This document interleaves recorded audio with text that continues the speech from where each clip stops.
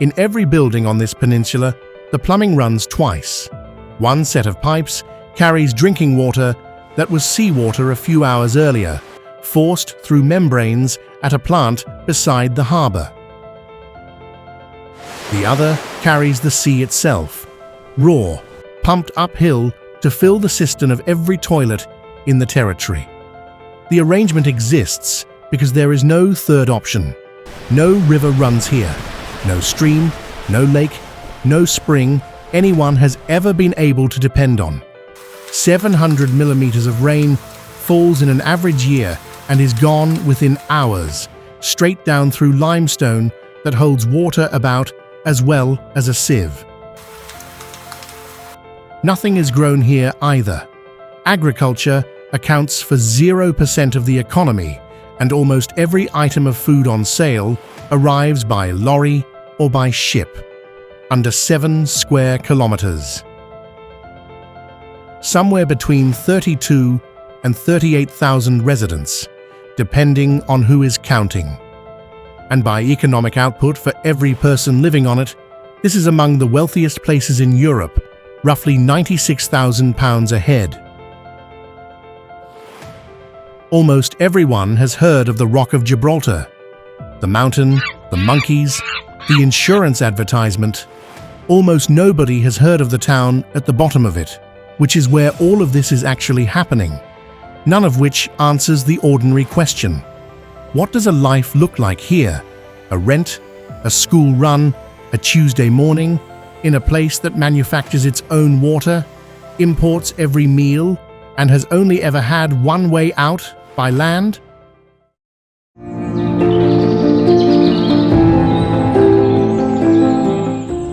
The ridge rises 426 meters almost straight out of the sea, a single block of Jurassic limestone, tilted so that its western side falls away in slopes and its eastern side simply falls. It is joined to the Spanish mainland by a low sandy isthmus about 1.5 kilometers long, flat enough that an aircraft runway was laid across it, and it stands at the point where the Mediterranean narrows to meet the Atlantic. The mountains of North Africa are visible about 25 kilometers to the south. On a clear morning from the top, you can make out the white line of surf along them. The weather here is made by the shape of the land. When the wind comes from the east, the Levante, most common between June and October, it carries warm, wet air off the Mediterranean and drives it up the cliff face. The air cools as it climbs, the moisture condenses, and a flat grey cloud forms along the summit and streams westward like a flag, sometimes 3 nautical miles long. It only happens when the wind is gentle, below about 37 kilometers an hour. Under it, the town sits in shade and damp, while the sky either side stays blue. The rock holds things that exist nowhere else nearby. Around 230 to 300 Barbary macaques live on the upper slopes, the only wild monkey population in Europe, managed by a local ornithological society and fed by nobody. Deliberately feeding one is an offence carrying a fine of up to £4,000. The Barbary partridge breeds here and nowhere else in mainland Europe, and twice a year the sky above the ridge fills, because the strait is the narrowest crossing between 2 continents, and something in the order of 250,000 raptors funnel through it annually. Black kites and honey buzzards in their thousands on a good March morning, circling up on the thermals over the town before committing to the water. At the foot of the eastern cliffs at sea level, there are caves. In one of them, people were living 100,000 years ago and kept living there long after they had disappeared from everywhere else. The last recorded Neanderthal occupation anywhere on Earth. Excavations have found evidence of seabirds and shellfish eaten feathers used for ornament, and a pattern of crossed lines cut deliberately into the bedrock. The complex was inscribed as a World Heritage Site in 2016. People have been finding a way to live on this rock for a very long time. What none of them ever solved was the water.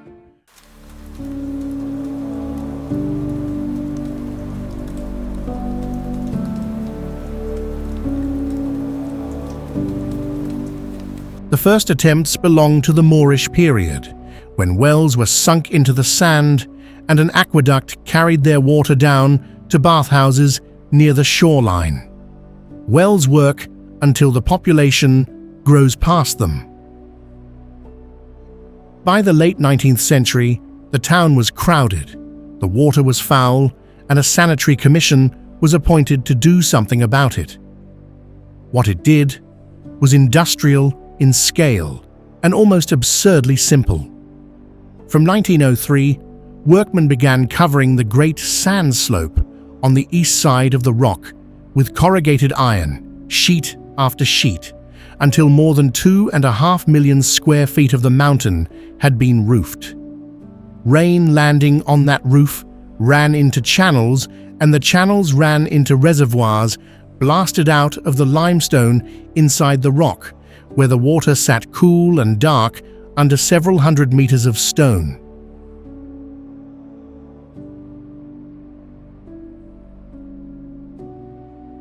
From the town below, the slope looked like a vast pale scar.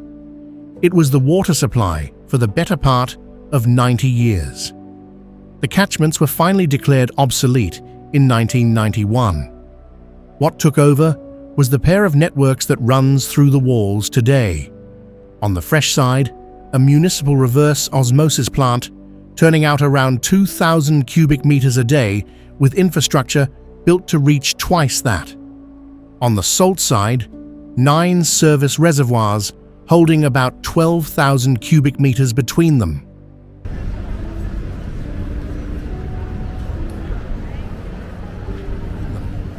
The salt side does the flushing, the street cleaning, the sewers, and the firefighting.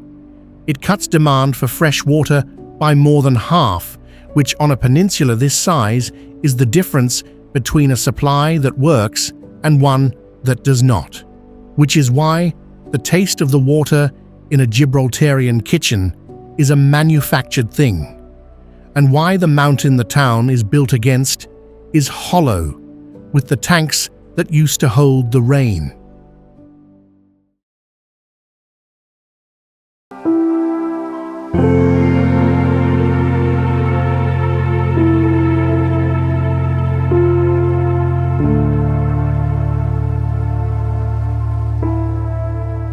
The town occupies the flat land at the base of the western slope and then climbs it, which is why almost everybody lives in a flat. There are terraces of 18th century houses on the lower slopes with steps instead of streets between them, blocks of post-war government housing behind Main Street, and towers of new apartments standing on ground that was seabed 30 years ago. Land here is not found, it is made. The government announced in 2025 that another 47,000 square meters would be reclaimed inside the inner harbour, most of it earmarked for the next program of affordable housing, with the first homes hoped for around 2028.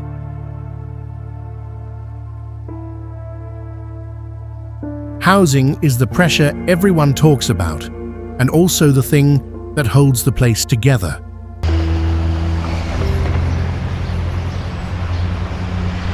A large share of residents live in government estates, and subsidised rents on the older stock can be as low as £80 a month.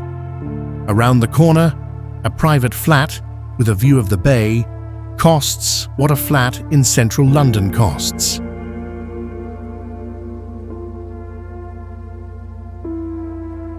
Both of those facts are true at the same time, on the same street, and everyone knows it.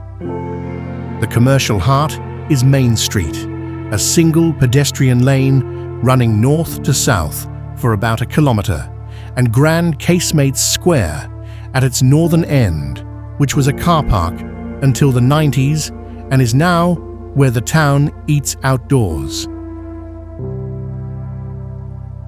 Almost nothing is more than 25 minutes walk from anything else.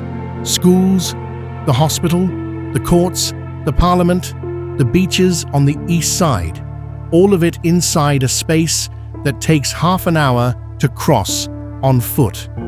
People run into the same people daily, and the same surnames repeat through the phone book.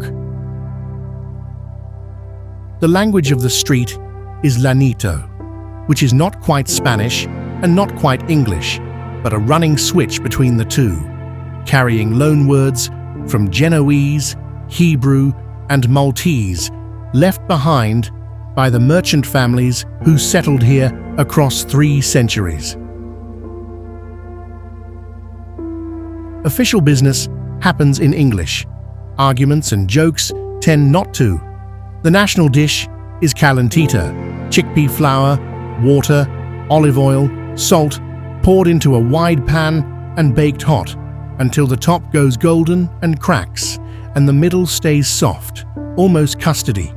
It came from Ligurian immigrants in the 18th and 19th centuries, and it is sold in slabs from bakeries, eaten warm, standing up. There is a food festival named after it. And then there is the runway, which for 80 years ran directly across the main road out of the territory. Traffic stopped and barriers came down every time an aircraft moved, several times a day, and the whole town waited. In March 2023, a 350-meter tunnel opened underneath the eastern end of the strip, and the queue stopped happening.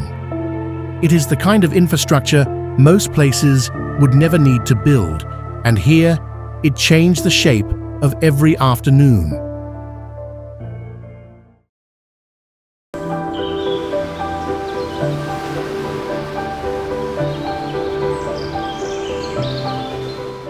Nothing is grown here, and almost nothing is manufactured, so the income has to come from position, and position is what the rock has always had. The strait carries one of the densest concentrations of shipping in the world, something in the order of 110,000 vessels transiting each year, roughly 250 a day. About 1 in 10 of them stops. Gibraltar is the largest bunkering port in the Mediterranean, which means its principal maritime business is selling fuel to ships that were passing anyway, delivered by barge in the bay, often overnight, and gone by morning. The larger share of the economy is less visible. Around 30% of national output now comes from online betting and gaming companies that are licensed and headquartered here, employing more than 3,400 people and generating close to a third of all tax receipts. Alongside them sit banking, insurance, funds, and legal practice. Total output reached roughly £3.1 billion on a population that would not fill a mid-sized football stadium.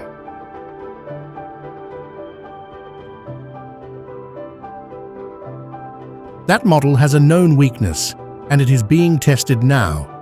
The United Kingdom, which is where most of the gambling customers are, raised its remote gaming duty from 21% to 40% with effect from April 2026, and set the tax on online betting to rise from 15 to 25% the year after. A tax change decided in another country, for reasons that have nothing to do with this one, lands directly on a third of Gibraltar's revenue.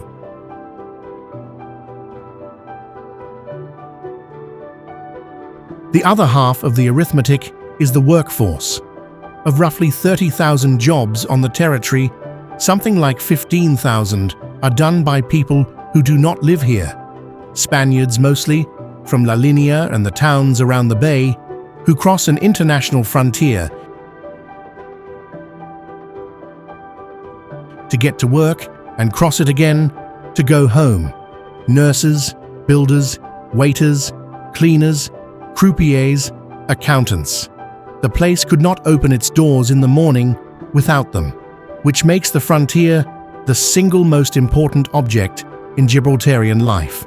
It always has been.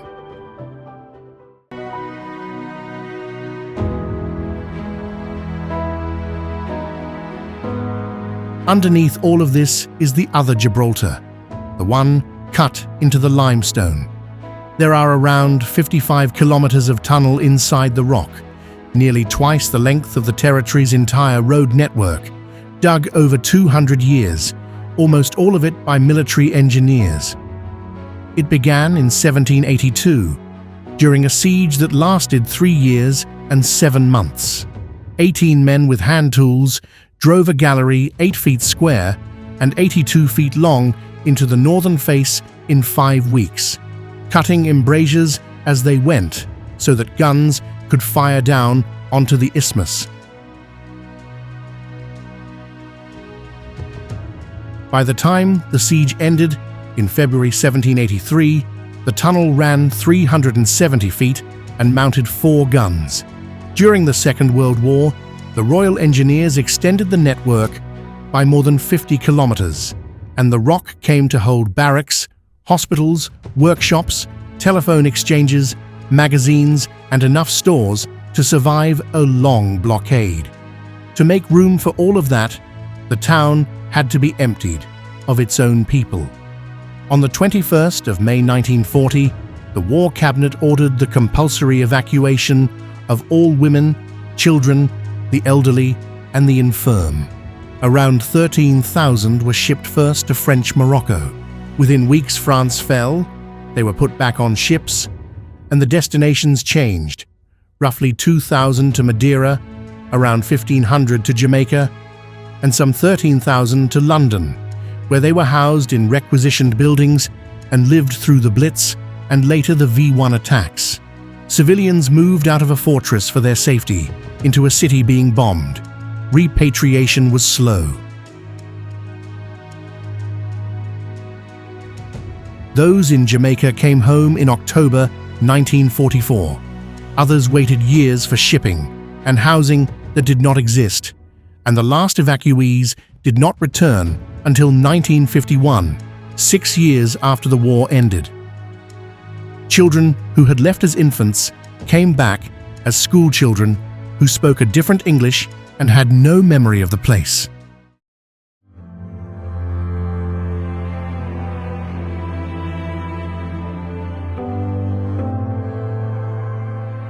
On the 10th of September 1967, with a turnout of nearly 96%, Gibraltar voted on whether to pass under Spanish sovereignty or remain British with its own institutions. 12,138 people voted to remain.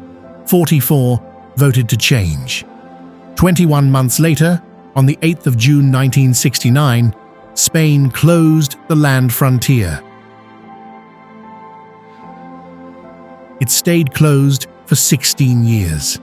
The ferry from Algeciras stopped running and telephone links across the line were severed, so a family split by the border could not easily visit or call. Spanish workers who had crossed daily for their whole working lives lost their jobs on a single morning. Gibraltarian families with relatives in La Linea, and there were a great many because the two towns had intermarried for generations, found that the shortest route between them now ran by sea to Tangier and back across the strait, a journey of a day or more, to cover a distance of a few hundred meters.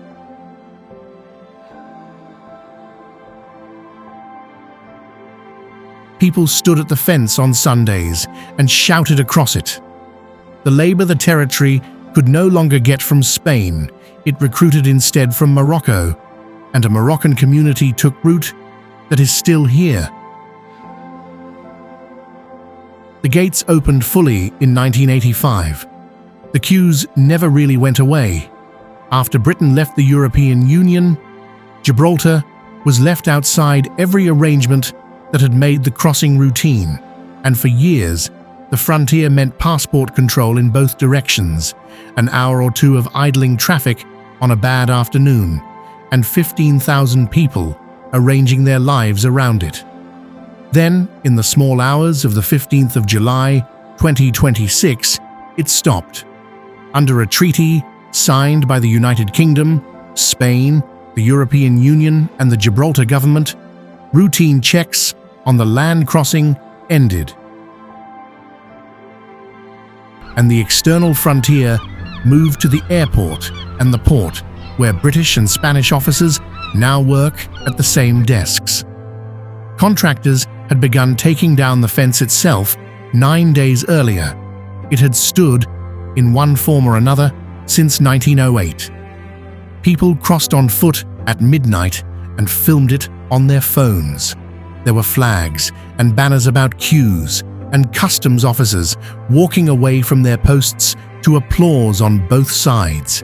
The chief minister and the mayor of La Linea walked over the line together. Nothing about this place was given to it. The water is pushed through a membrane. The food comes off a boat. The ground the newest apartments stand on was dredged out of the harbour and dropped there. The forest on the upper slopes was planted. Even the flat land at the north end, where the aircraft land, is a sandbar that had to be argued over.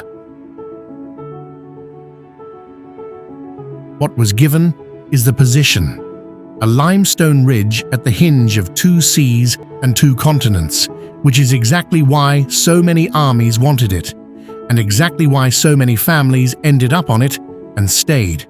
They are still here. 30-odd thousand people on a rock that takes half an hour to walk across, speaking 2 languages in the same sentence, buying calentita from the same bakery their grandmothers used, living in flats their parents queued for, working in an industry that did not exist 40 years ago and may look different in 10. Everything on this rock had to be brought, built, cut, or made. So did the community, and it was, and it is, the one thing here nobody has to import. When Gibraltarians are asked why they stay, the answer is usually short and rarely explained. This is where they are from. If you'd like to keep sitting with places like this one, subscribing helps these films find the people who want them.